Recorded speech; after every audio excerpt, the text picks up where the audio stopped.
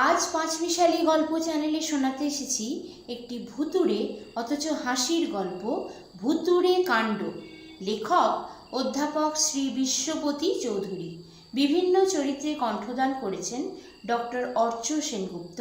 গল্প পাঠে আমি মৌমিতা সেনগুপ্ত। তাহলে চলুন সকলে মিলে উপভোগ করি ভুতুড়ে কাণ্ড।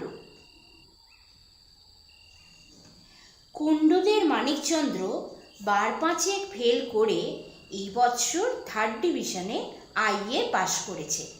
মানিকচন্দ্রের বন্ধুরা ধরে বসলো একদিন গার্ডেন পার্টি দিতেই হবে। কুণ্ডুদের দমদমার বাগানে তাই আজ মহা ধুম পড়ে গেছে। ছোকরা বাবুদের কলরবে শুধু কুণ্ডুদের বাগানই নয়, সারা দমদম শহরটাই সরগরম হয়ে উঠেছে।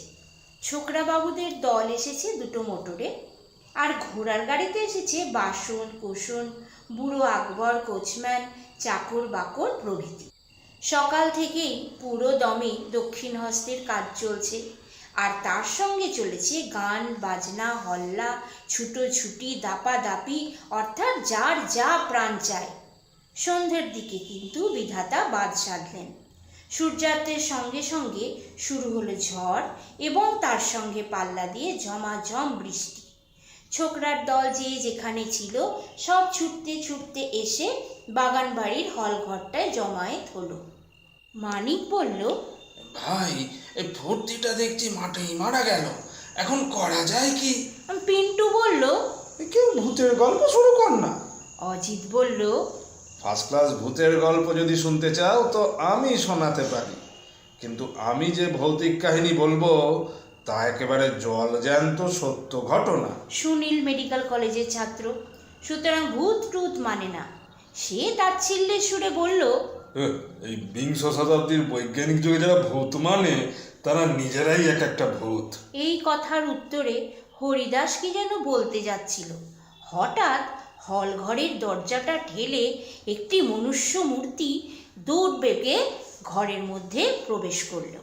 একাধিক কণ্ঠের একটা ভয় মিশ্রিত চাপা গুঞ্জন ধ্বনি হলঘরটার মধ্যে শোনা গেল। পরক্ষণে একটা স্বস্তির নিঃশ্বাস ছেড়ে মানিক বলে উঠল, কেউ নীলকণ্ঠ না? তার স্বর তখনও কাঁপছিল। মানিকদের বাগানের উড়ে মালিটার নাম নীলকণ্ঠ। মানিক বলল, এই ব্যাপার কি নীলকণ্ঠ? তুই এমন হাঁপাচ্ছিস কেন? এই প্রশ্নের উত্তরে নীলকণ্ঠ ভয়কম্পিত জড়িত কণ্ঠে যা বলল তার সারমর্ম এই যে, আকবর কোচম্যান মালিতের ঘরে শুয়েছিল। ঠান্ডা জলো হাওয়ায় তার একটু তন্দ্রাও এসেছিল। হঠাৎ একটা বিকট চিৎকার করে সে অজ্ঞান হয়ে পড়ে। নীলকণ্ঠ তখন পাশের ঘরে ছিল। সে ছুটতে ছুটতে এসে দেখে বুড়ো আকবর ঘরের মেঝের ওপর অজ্ঞান হয়ে পড়ে আছে, আর সমস্ত শরীর কাঠের মতন শক্ত। হরিদাস বলল, মিজিরও কি বোধহয়? নীলকণ্ঠ জড়িত কণ্ঠে বলল, না হুজুর, ওকে মামদই পেয়েছে নিশ্চয়। মেডিকেল স্টুডেন্ট সুনীল ধমক দিয়ে বলে উঠল, থাম থাম, বাজে বকিস না, যত সব ভীরু কোথাকার। অজিত বলল, চল না, নিজেরা গিয়ে স্বচক্ষেই দেখে আসা যাক। অগত্যা সেই পরামর্শই ঠিক হলো। নীলকণ্ঠ চলল আগে আগে লণ্ঠন নিয়ে, আর তার পশ্চাতে পশ্চাতে বাবুর দল চললেন সারি বেঁধে। মালির ঘর ক্রমেই নিকটবর্তী হয়ে এলো, আর খানিকটা গেলেই গন্তব্যস্থলে পৌঁছবে তারা। এমন সময় হঠাৎ তারা দেখলে সে অন্ধকারে মালির ঘরের ছোট একটা জানলার ভেতর দিয়ে সাদা ধবধবে কাপড়ের পুঁটলির মতন 2টো গোলাকার পদার্থকে কে যেন পাশের জঙ্গলটার দিকে ছুঁড়ে দিলে। সে দুটো মাটিতে পড়েই হঠাৎ কোথায় অদৃশ্য হয়ে গেল। ওদের দলটি হঠাৎ থমকে দাঁড়ালো। একাধিক কণ্ঠে চাপা রাম নাম সেই নিবিড় অন্ধকারের বুকে অস্পষ্ট ধ্বনিত হতে লাগলো। ভয়ে ভয়ে মালির ঘরের মধ্যে প্রবেশ করে সকলে দেখলে একটা ছেঁড়া মাদুরের ওপর আকবর কোচম্যান চক্ষু মুদে চিত হয়ে পড়ে রয়েছে। তার দেহে কোথাও চেতনার লেশ মাত্র নেই। অনেকক্ষণ ধরে মুখে চোখে জলের ঝাপটা দেবার পর আকবর ধীরে ধীরে চোখ মেলে চাইল। তারপর একটু সুস্থ হয়ে যা বলল তার সারমর্ম এই যে সন্ধ্যের দিকে সে কিঞ্চিৎ তারই সেবন করে নীলকণ্ঠের ঘরে মাদুর বিছিয়ে শুয়েছিল। চোখ দুটো তার তন্দ্রার ঘরে জড়িয়ে আসছিল। আরে আলো জ্বালেনি, পাছে নেশা ছুটে যায়। অন্ধকারে ঘুমটি বেশ পেকে আসছিল। এমন সময় হঠাৎ সে অনুভব করলে তার বুকের ওপর বসে কে যেন দাড়ি ওপড়াচ্ছে, আর তার মাথার বাবরি চুলগুলো ধরে কে যেন টানাটানি করছে। তারপরেই সে ভয়ে চিৎকার করে ওঠে এবং সঙ্গে সঙ্গে তার চৈতন্য লোপ পায়। মানিক বললে, আমরা এখানে আসবার সময় দূর থেকে যে দুটো সাদা সাদা পুটলির মতো দেখেছিলাম, সে দুটো তাহলে? তার কথা শেষ করতে না দিয়ে অজিত হঠাৎ বলে উঠল, লক্ষ্য করেছ ঘরের মেঝে জায়গায় জায়গায় রক্তের ফোঁটা শুকিয়ে রয়েছে? সকলে ঠাহর করে চেয়ে দেখলে তার কথা বর্ণে বর্ণে সত্য। ঘরের মেঝে স্থানে স্থানে সত্যই রক্তের দাগ। ভূত বললে, ব্যাপার বড় সুবিধের নয়। মেডিকেল স্টুডেন্ট সুনীলচন্দ্র এতক্ষণ চুপ করে কাঠের মতন দাঁড়িয়েছিল। এইবার পল্টুকে জড়িয়ে ধরে ঠক ঠক করে কাঁপতে লাগলো। নীলকণ্ঠ দাঁড়িয়েছিল আকবরের মাথার শিওরে। সে হঠাৎ বিকৃত স্বরে বলে উঠল, বাবু, এদিকে চেয়ে দেখেছেন? নীলকণ্ঠ কোনো কথা বললে না, কেবল আকবরের ব্রহ্মতালুর দিকে অঙ্গুলি নির্দেশ করল। সকলে সভয়ে দেখল আকবরের মাথার খুলির ঠিক মাঝখানে খানিকটা স্থান কে যেন ফাটিয়ে দিয়েছে, আর সেই জায়গাটা দিয়ে মাথার ঘিলু খানিকটা বাইরে ঠেলে বেরিয়ে এসেছে।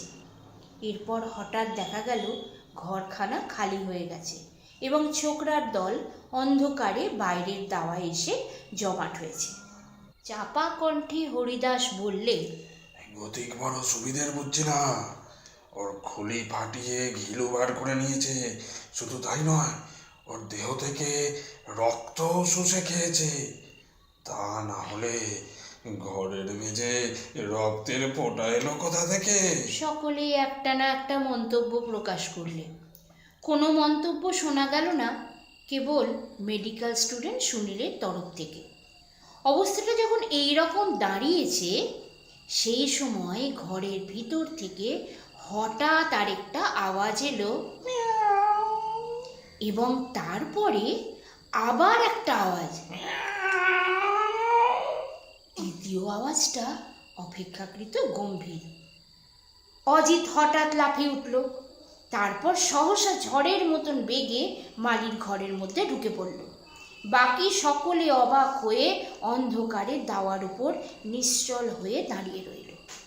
কিছুক্ষণ পরে ঘরের ভেতর থেকে বেরিয়ে এসে অজিত চেঁচামেচি করতে শুরু করল। আরে রামচন্দ্র, ওহ কি বোকাটাই না বনেছিলাম আমরা এতক্ষণ। ছি ছি ছি ছি, দুটো বেড়াল আমাদের একেবারে যাকে বলে ক্যাবলা বানিয়ে দিয়েছে গো। ভূত বললে, দুটো বিড়াল?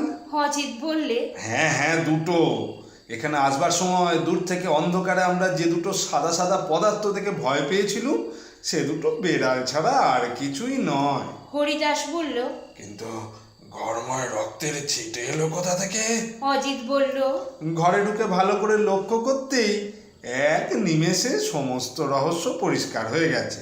দেখলো মেঝের ওপর এখানে সেখানে গোটা কতক ধেড়ে ইঁদুর রক্তাক্ত কলেবরে পড়ে রয়েছে। বুঝলাম তারই কয়েকটা রক্তের ফোঁটা আমাদের চোখে পড়েছিল। হরিদাস বলল, কিন্তু বিড়াল এসে কারোর দাড়িও প্রায় বা কারোর মাথার খুলি ফাটিয়ে ঘিলু শুষে খায়, এ কথা পাগলেও বিশ্বাস করবে না। অজিত বলল, এই কথার উত্তর আমি বলতে চাই এই যে আকবরের মাথার খুলি কেউ ফাটায়নি, আর তার মগজের ঘিলুও কেউ শুষে খায়নি। তবে ব্যাপারটা যে কি তা বুঝতে হলে তোমাদের আর একবার ওকে দেখে আসতে হয়। সকলকে অগত্যা যেতেই হলো। তারপরে আকবরের মাথার শিওরে এসে লণ্ঠনের মৃদু আলোয় ভালো করে লক্ষ্য করে দেখা গেল তার ব্রহ্মতালুর ঠিক মাঝখানে এক তাল মাখন লেগে রয়েছে। মানিক বলল, তাই তো মনেই ছিল না। আকবরের মাথা গরম হলে ও মাঝে মাঝে মাথার মাঝখানটা কামিয়ে সে জায়গায় মাখন থাবড়ে দেয়। অজিত বলল, এখন ব্যাপারটা কি তা বুঝতে পারছো তো? আকবর মিয়া মাথা ঠান্ডা করবার জন্য মাথায় যখন মাখন লাগিয়েছিল, তখন তারই হাতে কিছু না কিছু মাখন লেগে গেছিল। হাতের সেই মাখনটুকু সে নিশ্চয়ই তোয়াজ করে দাড়িতে লাগিয়ে নিয়েছে। তোমরা দাড়িটা শুকে দেখতে পারো আমার কথা সত্যি কি মিথ্যে। সকলেই প্রায় একসঙ্গে আকবরের দাড়ির ওপর ঝুঁকে পড়ে বলল। হ্যাঁ, মাখনের গন্ধ পাওয়া যাচ্ছে বটে। অজিত বলল, আর বেড়াল দুটো অন্ধকারে ঘরে ঢুকে পেট ভরে ইঁদুরের মাংস খেয়ে বাড়ি ফিরছিল। এমন সময় হঠাৎ তারা ঘরের মধ্যে মাখনের গন্ধ পায়। তারপর কোথা থেকে পরম লোভনীয় গন্ধটি আসছে তা আবিষ্কার করতে তাদের বেশি বিলম্ব হলো না। আর তারপরেই চলল আহারের পালা। একজন মাথার শিওরে গিয়ে মাখন চাটতে শুরু করে দিলে, আর একজন দাড়িতে যেটুকু মাখন লেগেছিল তার সদ্ব্যবহারে লেগে গেল। আকবরের ভাষায় বলতে হয়, একটা মামদ বুকে বসে দাড়ি ওপড়াতে লাগলো, আর দ্বিতীয় মামদটা মাথার চুল ধরে টানাটানি করতে শুরু করে দিলে। মেডিকেল স্টুডেন্ট সুনীল এবার ভাঙা কম্পিত কণ্ঠে বলল, আমি তো আগেই বলেছিলুম, ভূত বলে কোনো। অজিত ধমকে উঠল, থাম থাম, মস্ত সাহসী তুই, আর বাহাদুরির দরকার নেই। পাঁচমিশালি গল্প চ্যানেলে আজকের গল্পটি এখানেই শেষ হল। আশা করি আপনাদের ভালো লেগেছে। ভালো লাগলে লাইক, শেয়ার ও সাবস্ক্রাইব করে দেবেন। আপনাদের মূল্যবান মতামতের অপেক্ষায় রইলাম। ভালো থাকবেন সবাই। আবার ফিরছি আগামী সপ্তাহে।